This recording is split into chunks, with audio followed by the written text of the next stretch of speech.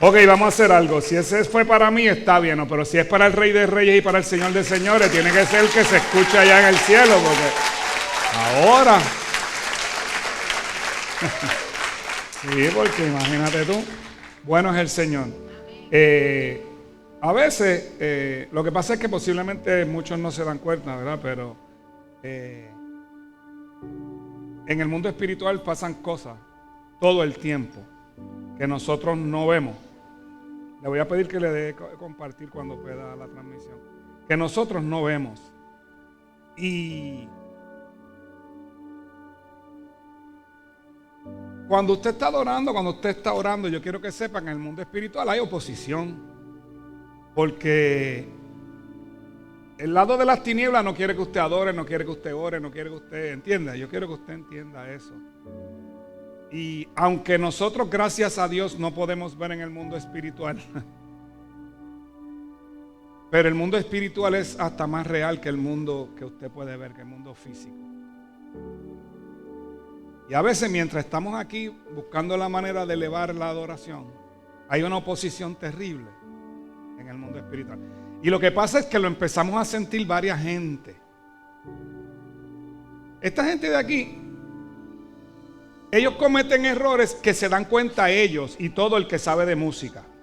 Nosotros la mayoría no nos damos cuenta, pero oye, una cosa. Y las nenas aquí abajo ni te cuento. ¿Por qué? Pues ya había gente orando allá, porque ya cuando me junté con un par de gente ya había algunos que estaban orando, porque es para que usted entienda por qué yo me paré aquí ahorita.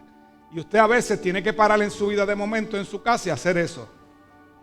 Cuando usted ve que por todos lados hay oposición, usted tiene la autoridad de pararse en su casa en medio de la... No sé si usted vio la película War Room, cuando aquella mujer salió hasta y botó al diablo de la casa y te vas de aquí, salió afuera y todo. Pues usted tiene que estar pendiente de eso. ¿Ok? Dada la explicación, vamos a la parte número 3 del cumplimiento. La parte 1 fue la última semana de Jesús sobre la tierra, lo que nos dejó allí en esa última semana. El cumplimiento número 2 pues fue la pasión y muerte, que como yo expliqué el viernes, la palabra pasión usted tiene que entenderla desde el punto de vista de que es una pasión que te quema por dentro, que esa pasión de Él por nosotros, que fue lo que provocó y permitió que Él fuese crucificado y derramado su sangre. Porque, como yo expliqué el viernes, esto viene de cuando el pueblo de Israel salió de Egipto. El Señor le dijo que mataran un cordero y la sangre la pusieran en los lados y arriba de la puerta, y el ángel de la muerte no iba a poder pasar por ahí. Y usted sabe, pues eso se cumplió en la cruz, la sangre derramada en la cruz, en el lado así y en el lado así. ¿Okay? Es importante que usted lo entienda de esa forma. Pero entonces, terminamos el viernes cuando el Señor dijo consumado es y entregó su espíritu. Y hubo un gran terremoto que rompió o partió el velo que había en el templo que dividía el lugar santo del lugar santísimo, donde solamente el sumo sacerdote podía entrar una vez al año, pero se abrió para que ahora nosotros tengamos acceso directo a Dios a través del Espíritu Santo. Jesús murió clínicamente. Usted sabe que le metieron una lanza. Y es importante que eso tiene un significado también. Y yo he querido todos estos días que usted entienda todos estos significados para que usted pueda caminar más fácil en el Señor a través de la palabra. Cuando en la creación el Señor dice hagamos al hombre, que en el capítulo 2 entonces forma al hombre del polvo de la tierra, dice que no es bueno que el hombre esté solo.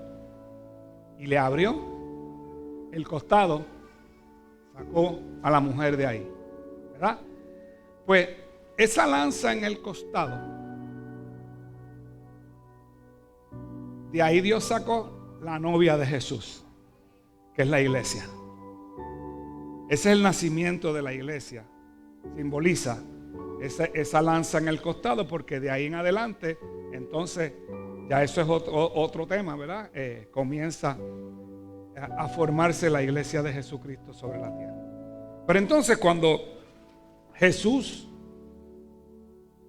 muere, está clínicamente muerto, había un hombre, un discípulo que estaba guiado, que se llamaba José de Arimatea, porque José de Arimatea pertenecía al grupo, ¿verdad? Él no era fariseo, pero él estaba conectado con esa gente, bien conectado.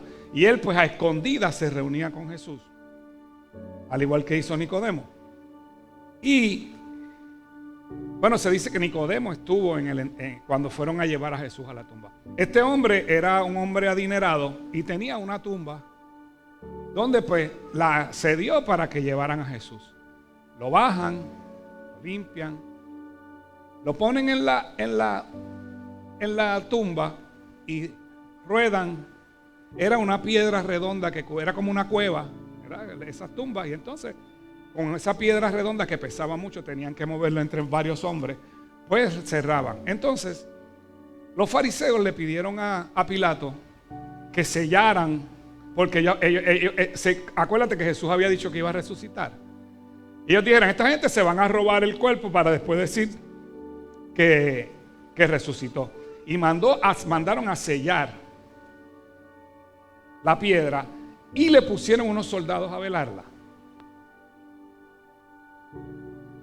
Y ahí termina el viernes. El viernes en ese día, porque recuerda que no necesariamente tiene que caer viernes. Entonces el sábado ocurrió algo que yo voy a ir ya mismo, pero vamos primero a qué pasó el domingo un momentito. El sábado, Marcos 16, 1 al 7. Vaya conmigo. Estoy en la Nueva Traducción Viviente. Dice: el sábado al atardecer, cuando terminó el día de descanso, María Magdalena, Salomé y María, la madre de Santiago, fueron, que es Jacobo realmente, fueron a comprar especies para el entierro, a fin de ungir el cuerpo de Jesús. Ellos tuvieron que esperar que terminara el día de reposo y ir entonces a comprar esas cosas. El domingo por la mañana, muy temprano, justo al amanecer, fueron a la tumba. En el camino se preguntaban unas a otras: ¿quién nos correrá la piedra de la entrada de la tumba?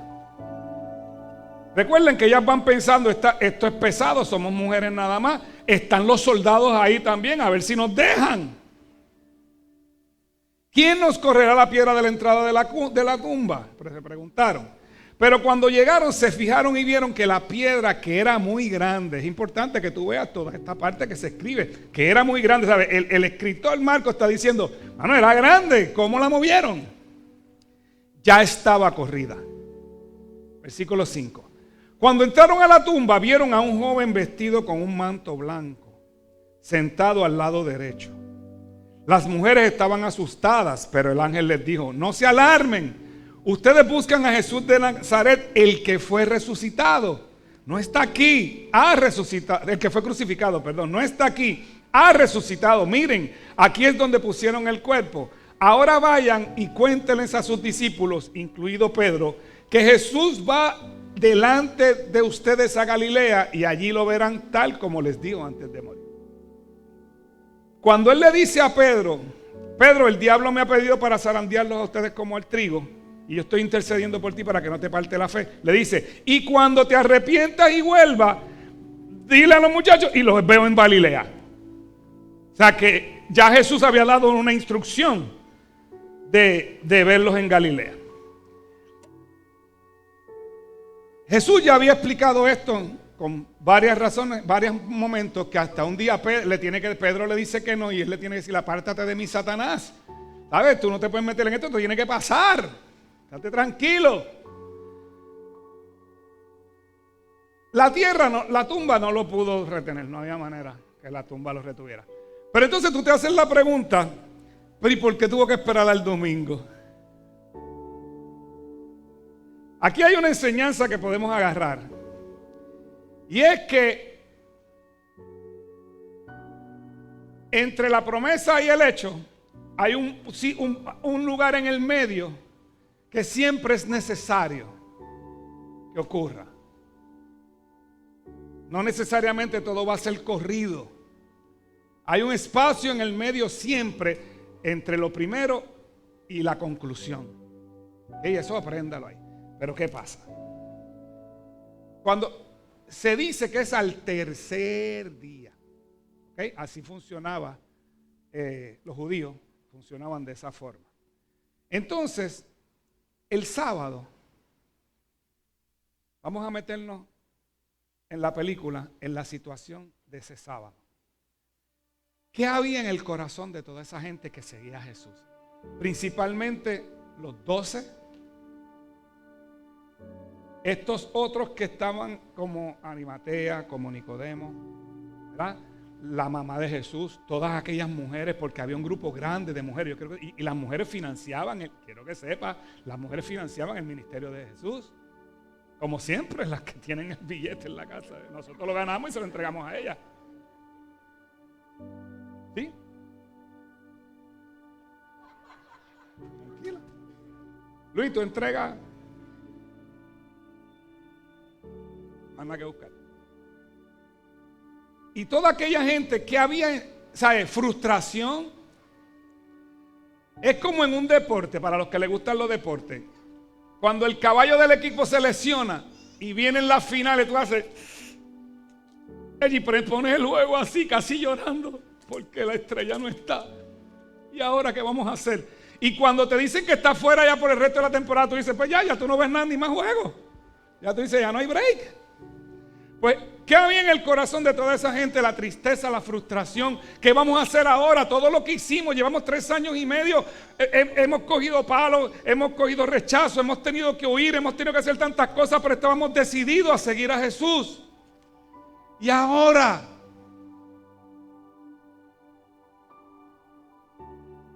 este es el punto medio entre la muerte en la cruz y la resurrección. Pero Jesús no se queda quieto. ¿Tú te crees que Jesús se quedó muerto allí tirado en la tumba? Efesios 4, 8 al 10. Esto que yo les voy a explicar la otra es mi interpretación, que concuerda con la interpretación de mucha gente. Hay otras interpretaciones, pero cuando yo lo vi por primera vez, y ayer inclusive me hablé con Efraín, estuve con Efraín un rato hablando de esto, y él concuerda conmigo en lo que yo les voy a explicar ahora. Ok, Efesios 4, 8 al 10. Estoy en la Reina Valera aquí, dice: por lo cual, dice, subiendo a lo alto. Esto es un salmo, quiero que lo sepa lo que voy a leer ahora. Subiendo a lo alto, llevó cautiva la cautividad y dio dones a los hombres. Y eso de que subió, ¿qué es sino que también había descendido primero a las partes más bajas de la tierra? El que descendió es el mismo que también subió por encima de todos los cielos para llenarlo todo. El que descendió es el mismo que también subió por encima de todos los cielos para llenarlo todo. Okay. Mi interpretación de esto, y te voy a llevar a por qué ahora yo pienso que es esto. Pueden haber sido 2 razones. Jesús cargó con el pecado en la cabeza y el pecador va al infierno. ¿O no? Dime, el pecado va al infierno. Pero también puede haber sido voluntario. O sea, voy a ir a esto. ¿Por qué te voy a decir ahora? Jesús hace una historia que hay estudiosos que entienden que no es una parábola, porque menciona un nombre. Y en ninguna parábola Jesús menciona hombre, sino dice, había una viuda, había una vez un hombre, había una que tenía un hijo, pero no menciona nombres. Pero en esta historia que él cuenta específicamente, que se titula en la Biblia Lázaro, el hombre rico, y Lázaro el mendigo y el hombre rico. Voy a parafrasear, o sea, voy a darle lo que él explica primero y entonces le leo la porción que yo quiero. Jesús dice que había un hombre rico que vestía de lino fino y que hacía banquetes todos los días. Y tenía lujos, era espectacular, había billetes en esa casa. Pero que había también un mendigo llamado Lázaro, que estaba lleno de llagas y los perros lamían sus llagas. Y él comía, él esperaba los banquetes para lo que caía al piso y lo que botaban, de eso él se alimentaba. Pero entonces vamos a Lucas 16, vamos desde el 22 en adelante. Entonces dice, y aconteció que murió el mendigo y fue llevado por los ángeles al seno de Abraham. Bien importante esta frase. Y murió también el rico y fue sepultado. ¿Viste qué diferencia? Al mendigo 2 ángeles lo vinieron a buscar, al hombre rico lo enterraron. Y en el Hades, busque después qué es el Hades, es el infierno. Por eso Jesús dice, las puertas del Hades no van a prevalecer sobre la iglesia de Jesucristo. Tiene que tener eso, entenderlo, por favor. En el Hades, el hombre rico en el Hades, alzó sus ojos estando en tormentos y vio de lejos a Abraham y a Lázaro en su seno. Entonces él, hombre rico, dando voces, dijo, Padre Abraham, ten misericordia de mí y envía a Lázaro para que moje la punta de su dedo en agua y refresque mi lengua porque estoy atormentado en esta llama. Pero Abraham le dijo, hijo, acuérdate que recibiste tus bienes en vida y Lázaro también males. Pero ahora este es consolado aquí y tú atormentado. Además de todo esto, una gran cima, y esta cima es con S, está puesta entre nosotros y vosotros, de manera que los que quisieren pasar de aquí a vosotros no pueden, ni de allá para acá. Entonces ahora él le dice, manda a alguien que le avise a mis hermanos. Y dice, pues si no, ni a los profetas ni a Moisés tenían y no le han creído. Hay que hacerse la cabeza a nosotros también. El seno de Abraham, ahora es que usted va a entender esto, era el lugar porque Jesús no había venido a redimir al mundo de pecado todavía. Por eso la importancia de este evento y por eso es que hay que meterle cabeza al evento que estamos celebrando todo este fin de semana para que usted lo entienda. El seno de Abraham, recuerde que la ley no perdonaba pecados. La ley y el derramamiento de sangre solamente cubría los pecados por un año de sacrificio en sacrificio, de Yom Kippur en Yom Kippur, la fiesta del Yom Kippur. Toda esa gente estaba en un lugar que se llamaba el seno de Abraham.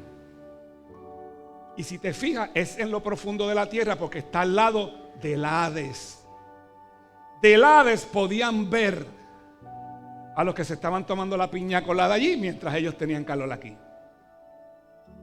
Y pues te reciben como en el crucero, con una piña colada allí, con una sombrillita.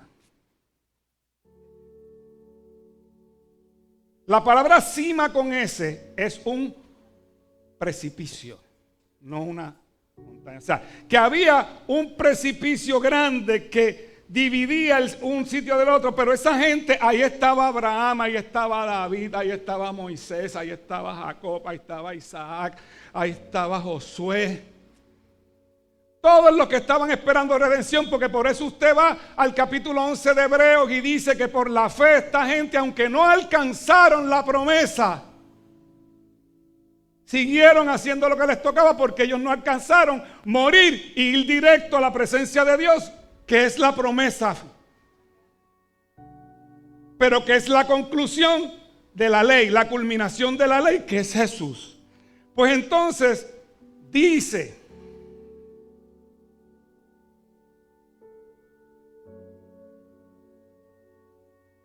que este hombre estaban allí en ese lado. Recuerde que al hombre del lado de a ese lugar le llamaban el paraíso.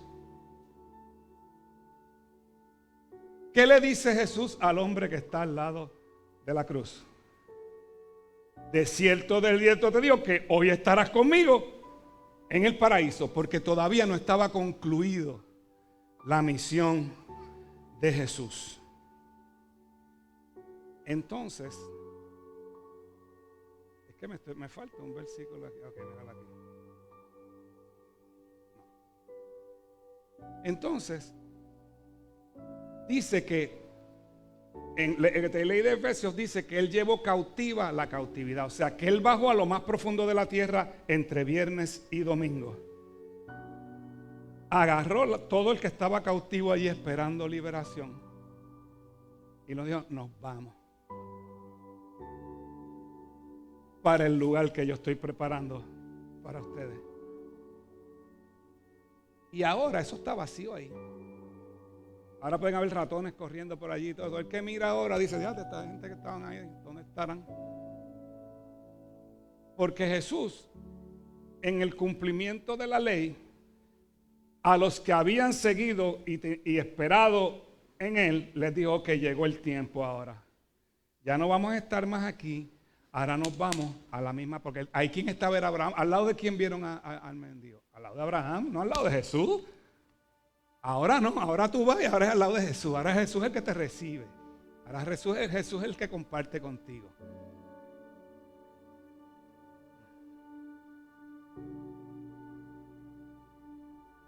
Entonces, cuando llega el domingo, que estas mujeres van allí, Lucas dice que hay 2 ángeles. Marcos, lo que pasa es que Marcos es bien específico en las cosas que dice. Yo quiero que usted entienda esto también, que a veces no es que se contradigan los evangelios. Lo que pasa es que es a lo que tú le quieres dar significado. Y el ejemplo que siempre me gusta, el que me lo enseñó Magdiel, es que podemos haber 10 personas y hubo un accidente ahí en la luz. Chacho, hubo un accidente. El carro era rojo y 2 muertos. Fíjate, en serio. Y otro dice, no, pero que el carro azul era el que se volcó. Y diferentes versiones, pero todos van a coincidir en que hubo un accidente. Pues el evento de aquí, para que usted no se confunda, que si Lucas dice que hayan 2, lo que pasa es que el que habló fue uno. Y a Marcos no. Y Marcos posiblemente escribió dictado de Pedro, para que eso es lo que se cree. ¿Okay? Entonces, ya he entendido que el viernes Jesús muere, el sábado Él se lleva cautiva la cautividad. Vamos a leerlo de nuevo. Ponme Efesios 4, 8 al 10 de nuevo. Yo quiero que usted entienda esto bien. Por lo cual dice, subiendo a lo alto, llevó cautiva la cautividad y dio dones a los hombres. Y eso de que subió, que es sino que también había descendido primero a las partes más bajas de la tierra. El que descendió es el mismo que también subió por encima de todos los cielos para llevarlo todo. ¿Ok? ¿Usted entendió esa parte, por favor? Usted no sabía que había pasado el sábado. Pues ahora lo sabe. Entonces,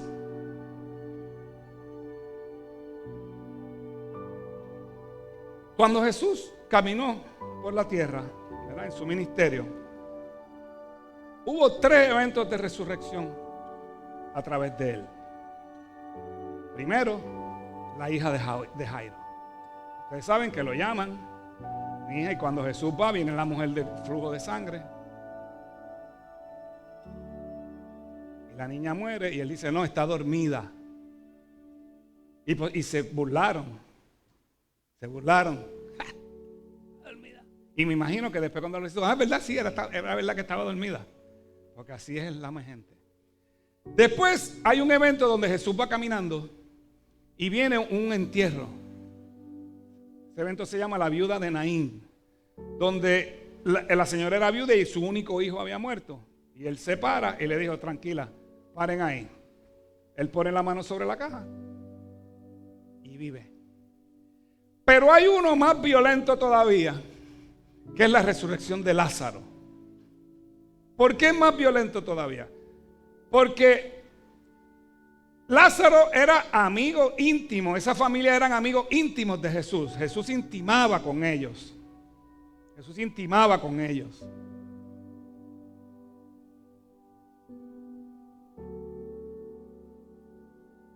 Van y le dicen a Jesús, mi hermano Lázaro está enfermo, Señor.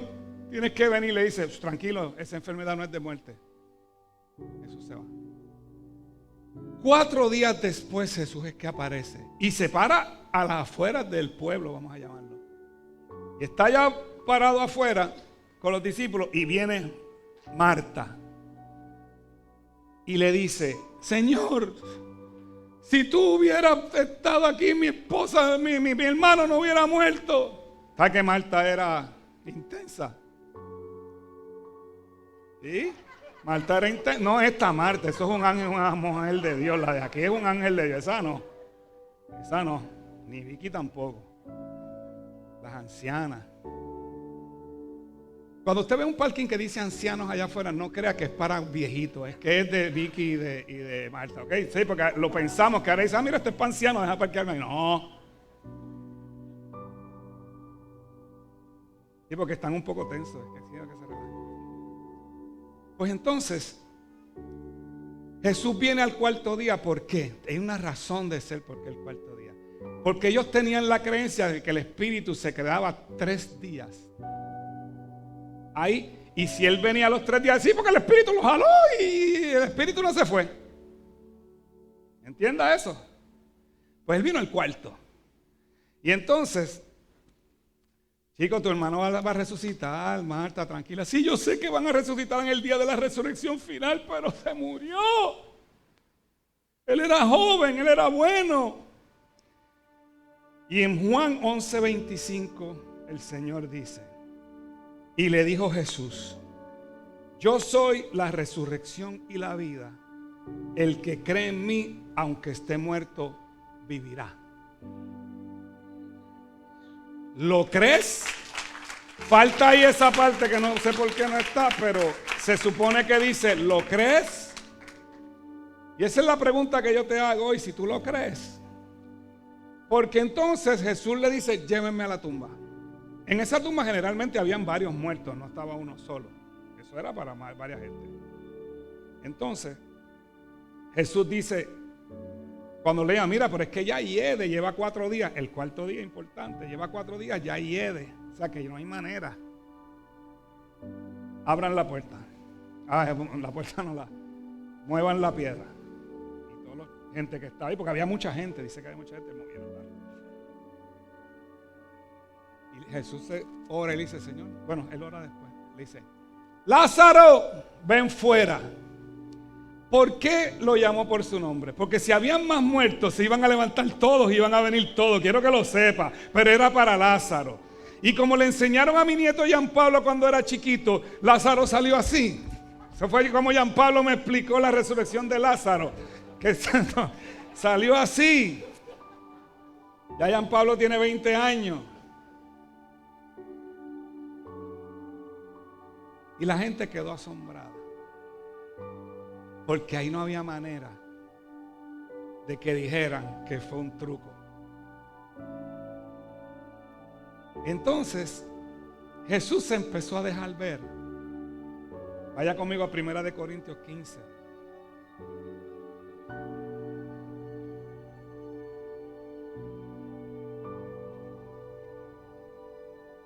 Del 3 al 9 dice, yo les transmití a ustedes, este es Pablo hablando, yo les transmití a ustedes lo más importante y lo que se me había transmitido a mí.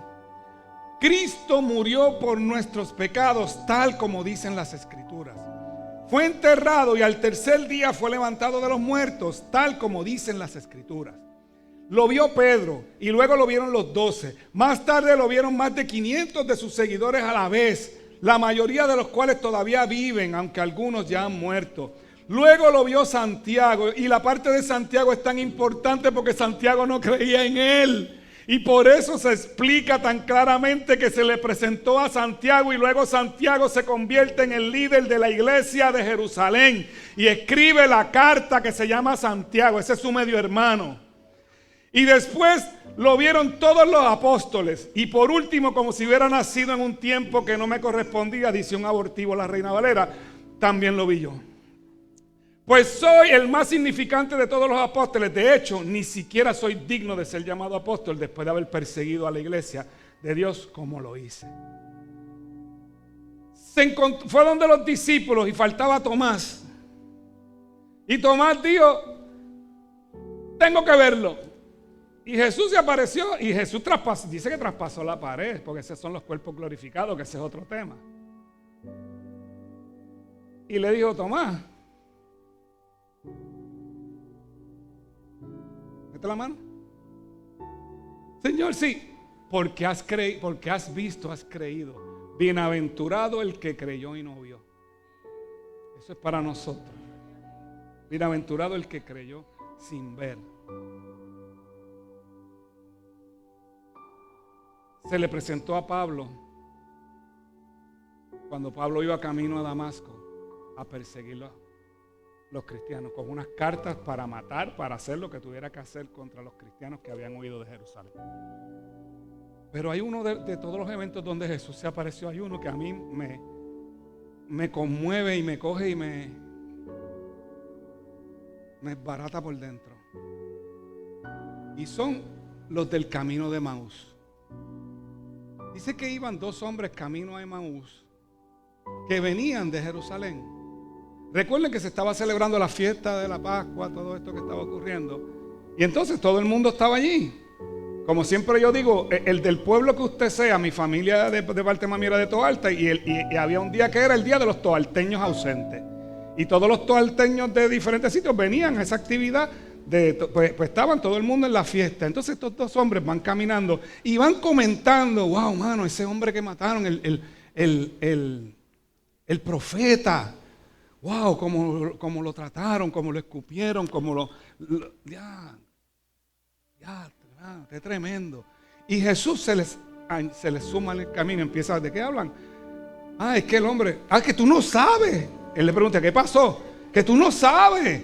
El hombre, el profeta, tú debes ser el único que no sabe lo que pasó. Todo el mundo sabe que mataron a Jesús. Y Jesús sigue argumentando con ellos. Y Jesús le dice: pero es que ustedes no entendían que ese hombre tenía que padecer, como dice la Escritura. Eso estaba escrito en Isaías 53. Eso se lo añadí yo. Es mi película. Entonces dice que en un momento dado se van a separar en el camino. Y los hombres dicen: vente, acompáñanos para que comas con nosotros y pases la noche, para que no te vayas por ahí solo. Y Jesús accede. Entonces dice que se sentaron a la mesa y empezaron a comer. Y Jesús empezó a hablar. Y Jesús tomó y partió el pan. Y dice, búscame Lucas 24:32. Y dice que se le abrieron los ojos. Y ahí Jesús desapareció. Entonces ellos se dicen: entonces sedujeron el uno al otro. ¿No ardía nuestro corazón cuando nos hablaba en el camino y nos explicaba las Escrituras?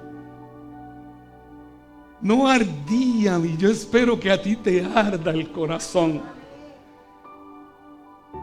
Con todo esto que ha pasado, que te hemos explicado, que te hemos leído, la idea es que te arda el corazón. Porque posiblemente tú no viviste eso que vivieron esta gente, ni yo lo viví tampoco. Pero la experiencia la que nosotros tenemos, yo creo que es más espectacular todavía. Porque esa gente no entendió cuando Jesús se fue. Pensaron: esto se acabó. Pero esto empezaba ahora. Esto comenzaba ahora y sigue todavía hoy. Nosotros somos a los quienes los tocó. Porque entonces después Él se para frente a, y yo entiendo que ahí es a los 500 que dice Pablo. Le dice: toda potestad me es dada en el cielo y en la tierra. Eso tienes que entenderlo también. Cuando Adán y Eva fallaron en el huerto, todo lo que Dios le había dado se lo entregaron a Satanás. Por eso es que Satanás cuando está tentando a Jesús en el desierto, le dice: te ofrezco todos los reinos del cielo, si son de él. Por eso Jesús lo llama el Dios de este mundo, con D minúscula. Porque toda potestad el hombre se la entregó, todo lo que Dios había hecho se la entregó a él. Pero ahora Jesús dijo, cuando ya había hecho consumado es, dijo: toda potestad me es dada, otra vez, ahora la agarré yo, aquí en el cielo y en la tierra. Por tanto, Id y hacer discípulos en todas las naciones, bautizándolos en el nombre del Padre, del Hijo y del Espíritu Santo. Y aquí yo voy a estar con ustedes todos los días hasta el fin del mundo. Eso cambió la historia. Los discípulos se habían ido.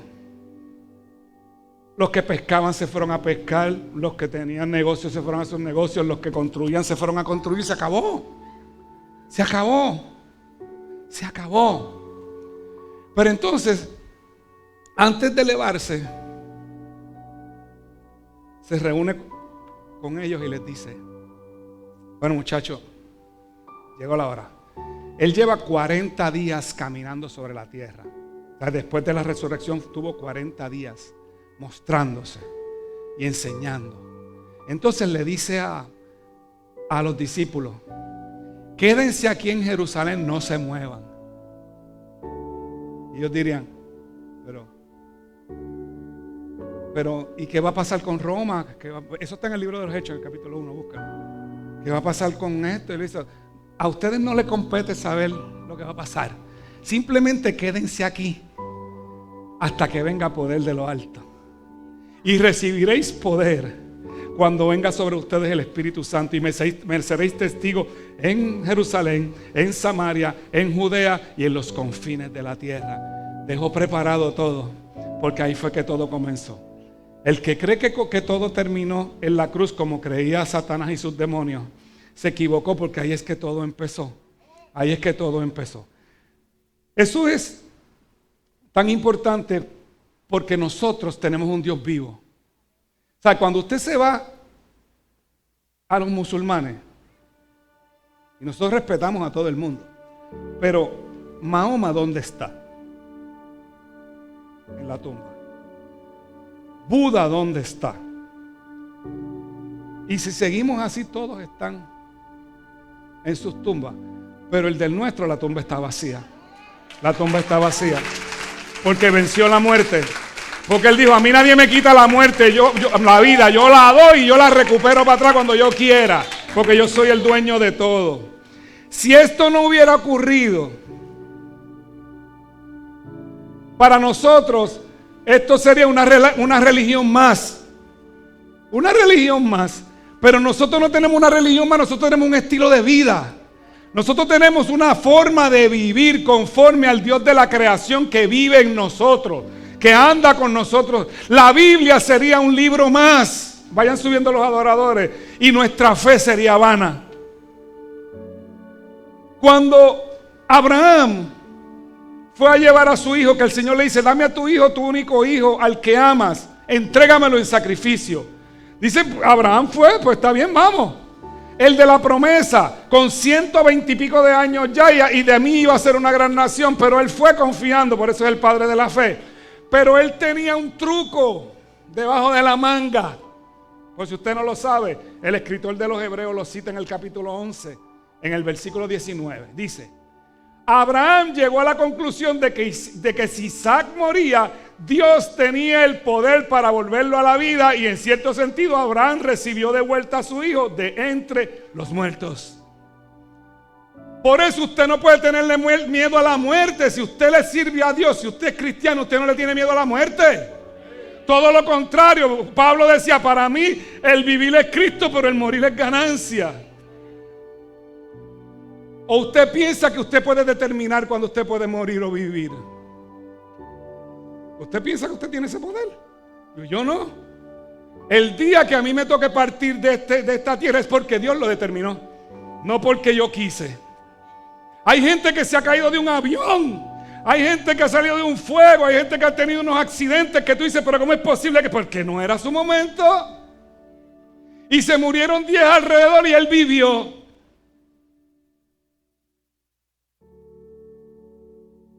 ¿Usted no le tiene miedo a la muerte? ¿Que nos gustaría morirnos? No, porque pensamos en lo que hay aquí. Pero si usted averigua y busca lo que hay allá, tú sabes que allá la luz no sube, porque allí vivimos del resplandor de Dios. El resplandor de Dios, allí es de día todo el día. Allí no hay noche. No vas a tener que cocinar, no vas a tener que pagar renta, IRS, no tienes que pagar nada. No te van a sacar del cheque para que después se lo roben. No. Allí no hay dolor, no hay llanto. Allí las calles van a ser de oro y el mar va a ser de cristal. No va a haber enfermedad. Y usted preocupado. Pero a Jesús le preguntaron, y yo voy a estar casado con mi esposa, y dice, allí nadie va a estar casado. Y cuando usted se encuentre su esposa, te dice, bueno, mi amor, era hasta que los muertos nos separaran. Tranquilo, pero podemos ser amigos.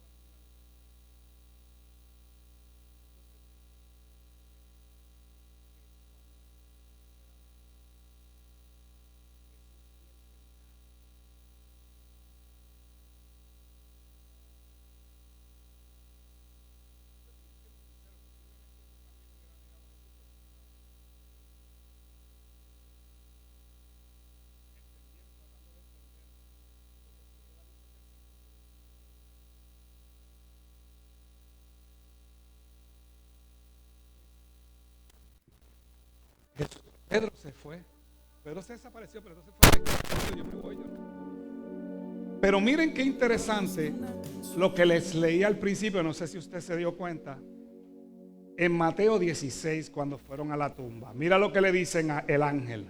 Ahora vayan y cuéntenle a sus discípulos, incluido Pedro. Pero Pedro no era de los discípulos. Pero Jesús sabía lo que podía haber en el corazón, no solo de Pedro, sino de los que lo rodeaban también. Y él le dijo, avísale a los discípulos, pero no te olvides de Pedro, porque yo tengo planes con Pedro. Y Pedro corrió a la tumba, quiero que sepan, léalo después. Pero entonces, una de las apariciones de Jesús fue en la playa, una mañana donde ellos están pescando. Y dice que Jesús empezó a hacer como un barbecue. ¿Sabes? De verdad, o sea, en el tiempo de nosotros sería un barbecue.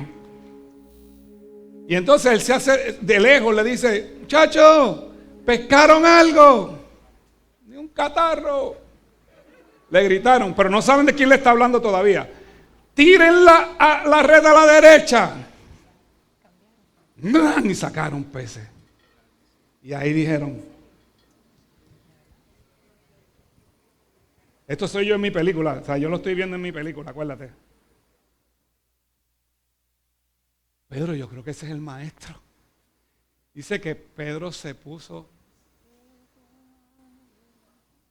y vino corriendo a la orilla. Y entonces cuando comen, Jesús se lo lleva un momentito. Y le dice, Pedro, siéntate aquí. Eso no está en la Biblia, ok, es mi película. Pedro, ¿tú me amas? La Reina Valera dice, sí, yo te amo. Pero lo correcto que debe decir es, yo te quiero. En la Nueva Traducción Viviente te lo traduce igual, porque Jesús le pregunta, Pedro, ¿tú me agape?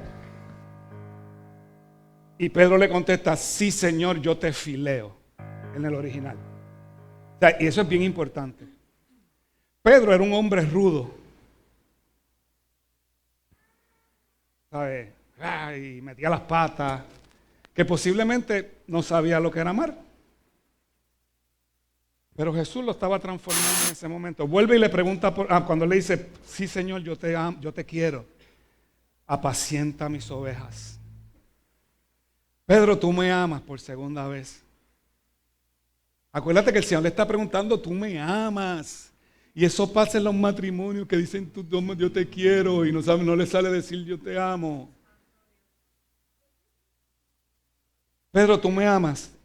Sí, Señor, yo te fileo. Apacienta a mi grey. Y por tercera vez, ¿cuántas veces lo negó? Y por tercera vez le dijo, Pedro, tú me amas. Y él llorando le dice, Señor, tú sabes todas las cosas, tú sabes lo que hay en mi corazón. Fue sanado Pedro. Y Pedro se convirtió en el líder de la iglesia. Aquel que el Señor le dijo, apártate de mí, Satanás. Aquel que yo pienso que cuando en la cena dijeron, uno me va a traicionar, todo el mundo miró a Pedro. Posiblemente. Y ese es el poder transformador del Señor. Esos hombres que se habían ido,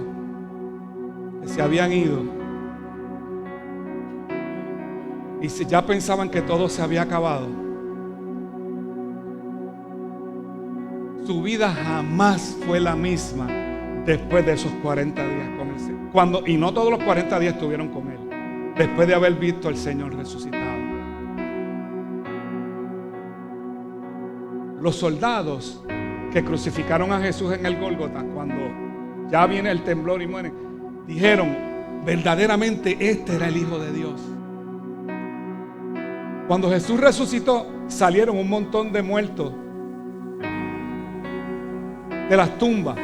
Empezaron a ver a la abuela que se había muerto hacía 10 años, a la tía, a la mamá. Empezaron a ver gente caminando. Léalo en los evangelios. No recuerdo si es Mateo que lo dice o Lucas. Pero cambió la historia. La resurrección de Jesús es lo que nos da sentido a nosotros como cristianos. Como te dije, que tenemos un Dios vivo,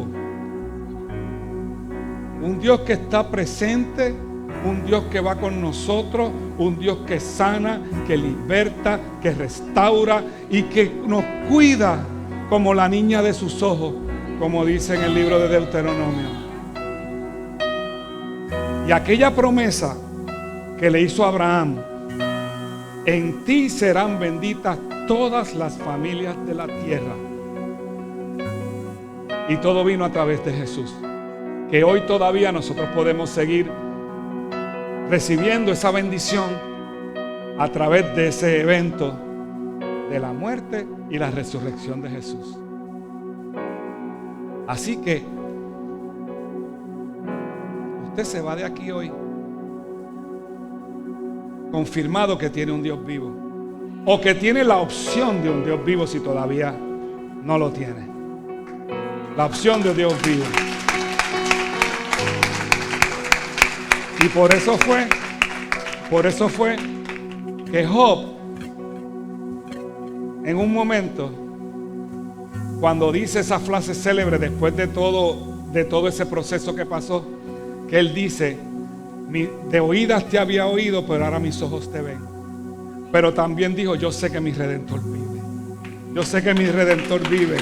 Y esa es la clave de todo esto que hemos hablado durante el fin de semana. Es que su Dios vive.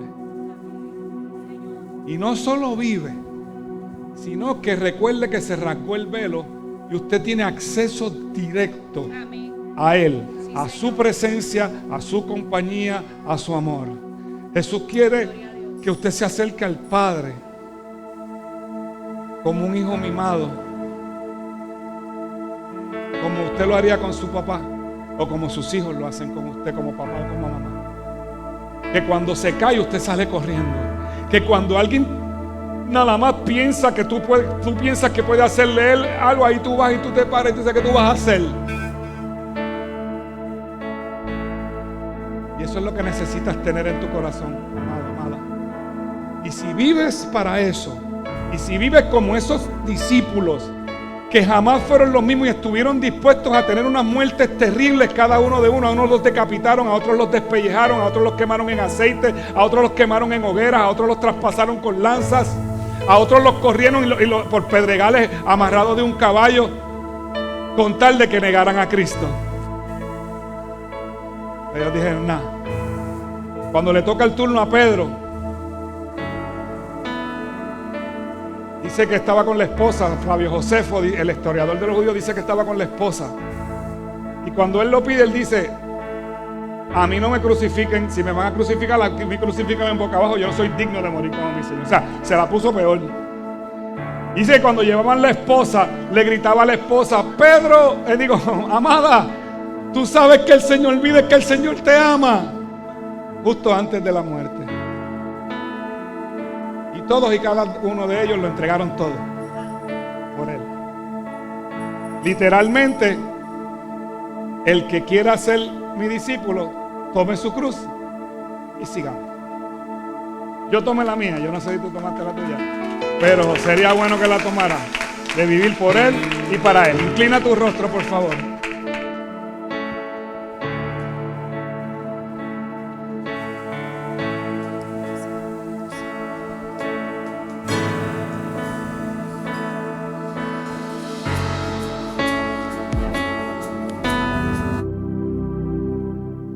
Dios les bendiga de manera especial. Quiero compartir con ustedes un versículo que se encuentra en 2 de Corintios 9:7 y lee así: cada uno dé como propuso en su corazón, no con tristeza ni por necesidad, porque Dios ama al dador alegre. Y en este versículo el Señor nos hace un llamado a recordar aquellas bendiciones que Él ha traído a nuestras vidas y que aprendamos a ser generosos, a reflejar su amor, bendiciendo la vida de otros. Te invitamos a que continúes apoyando nuestra obra. Lo puedes hacer a través de ATH Móvil, bajo la cuenta de negocios con Cuerdas de Amor y también bajo la plataforma de PayPal en www.paypal.me/concuerdasdeamor.